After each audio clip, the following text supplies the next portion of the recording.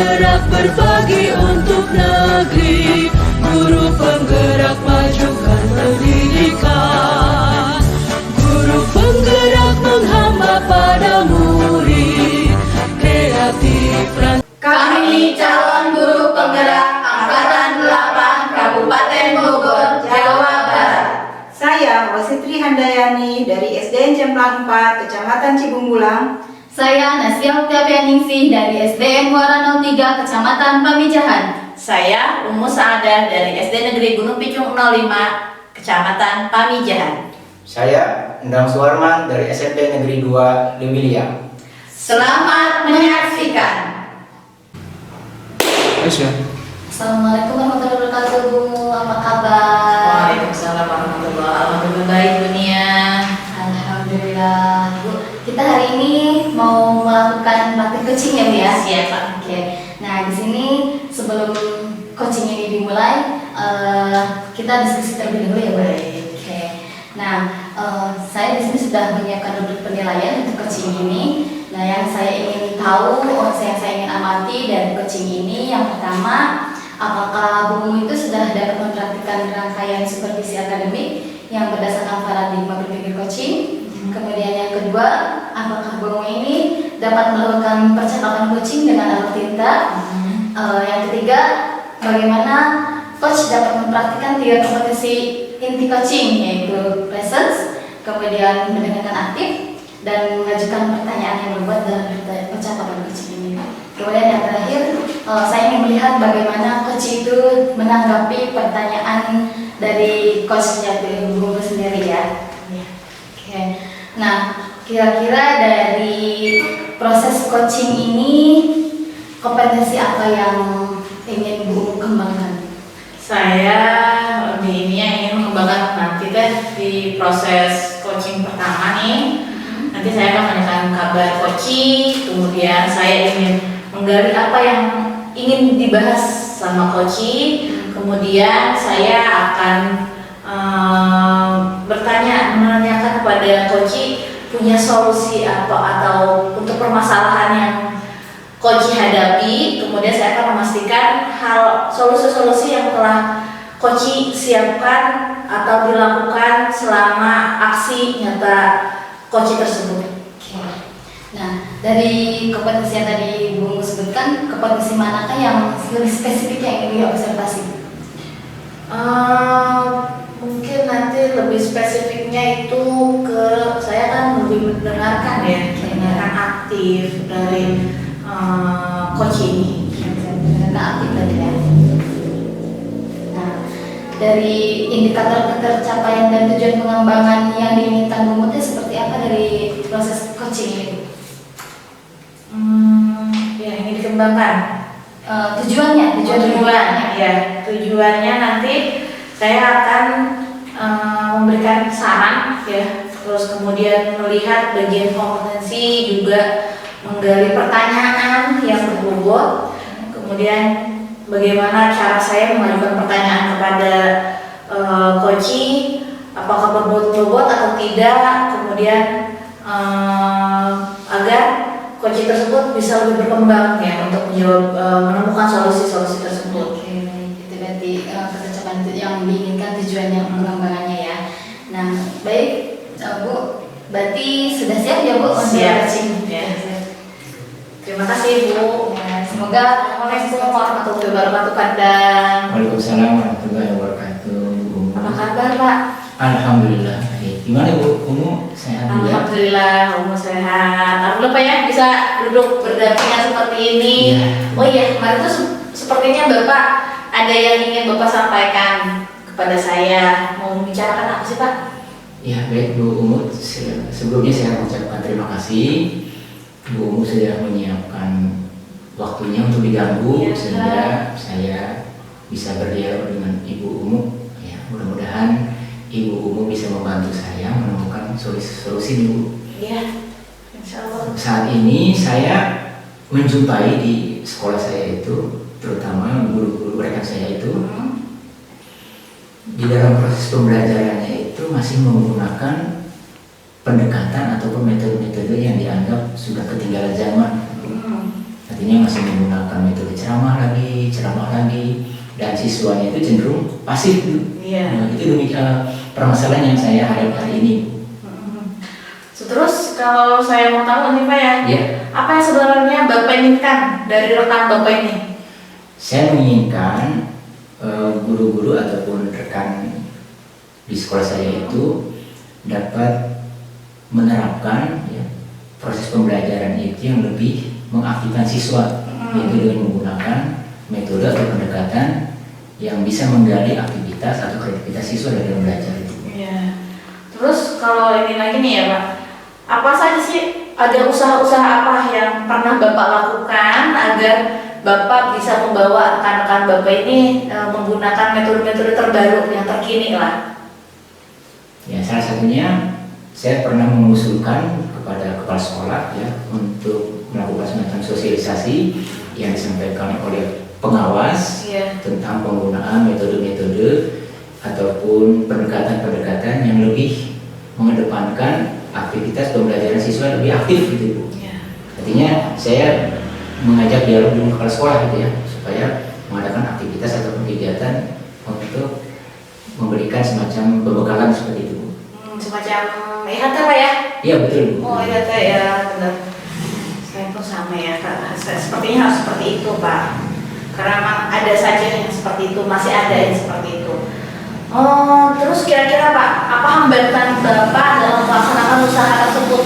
Sebelum ketika Bapak sudah menyampaikan ke kepala sekolah, ada nggak sih hambatan yang akan yang Bapak hadapi gitu?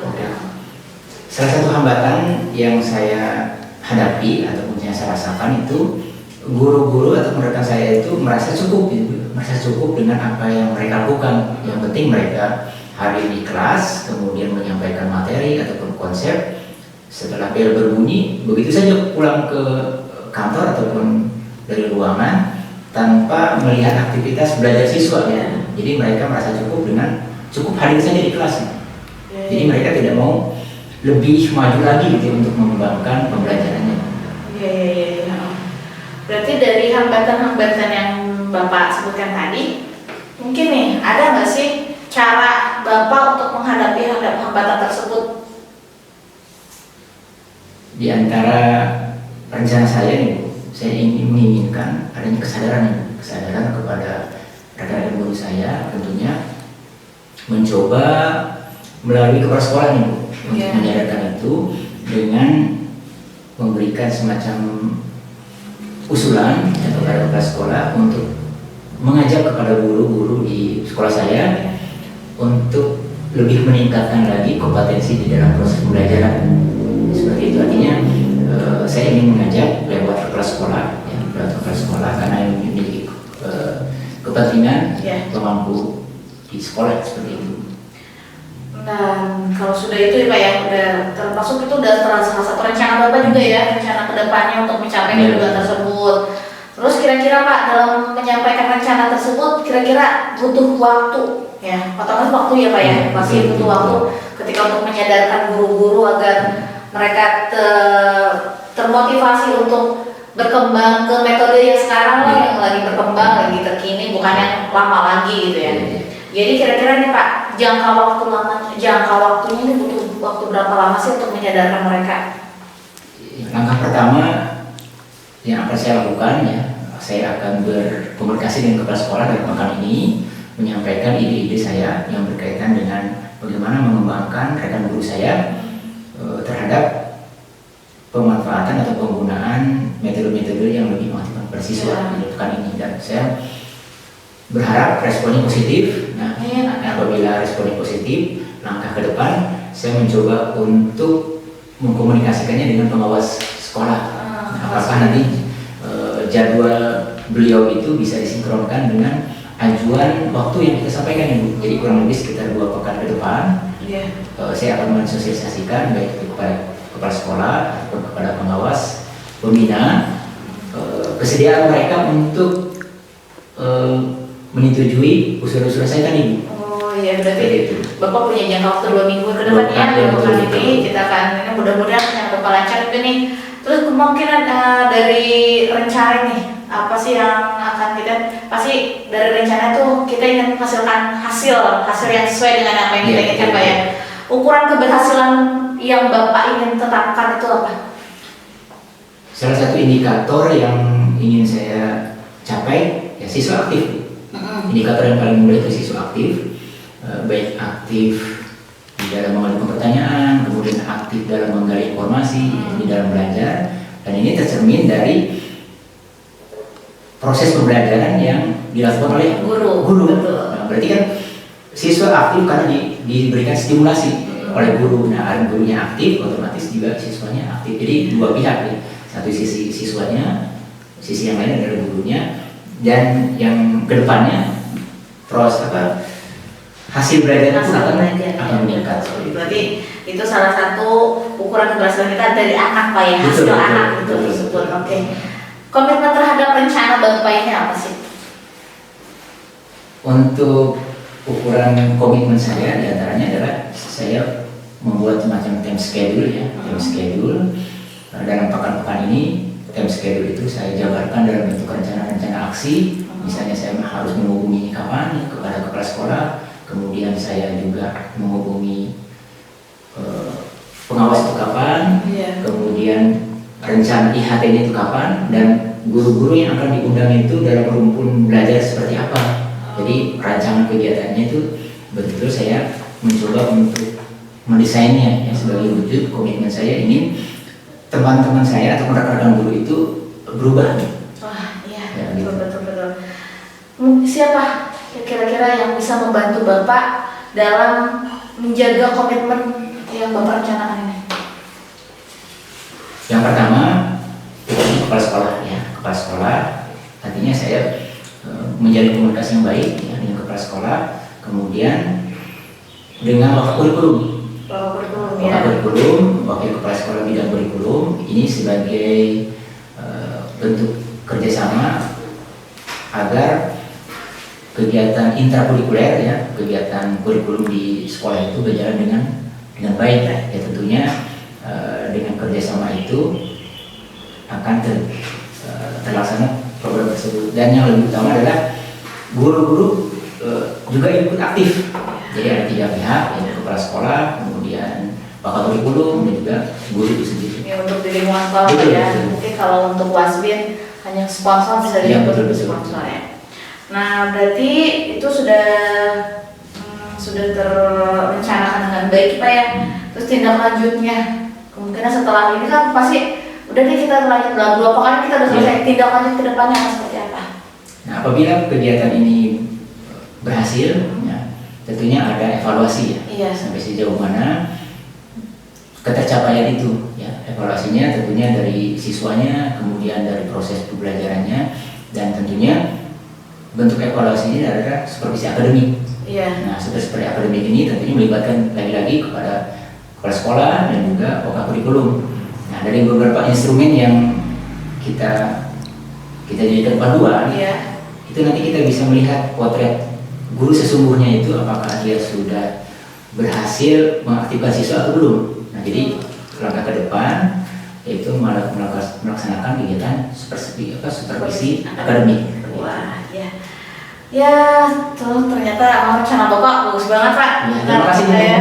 Komitmennya yang sangat baik. Semoga tujuan apa yang sudah Bapak rencanakan, tujuan yang Bapak harapkan juga dapat tercapai dengan baik. Ya, terima kasih. Terima kasih Bapak. Saya juga terima kasih. Jadi banyak pengalaman juga nih dari Bapak ya.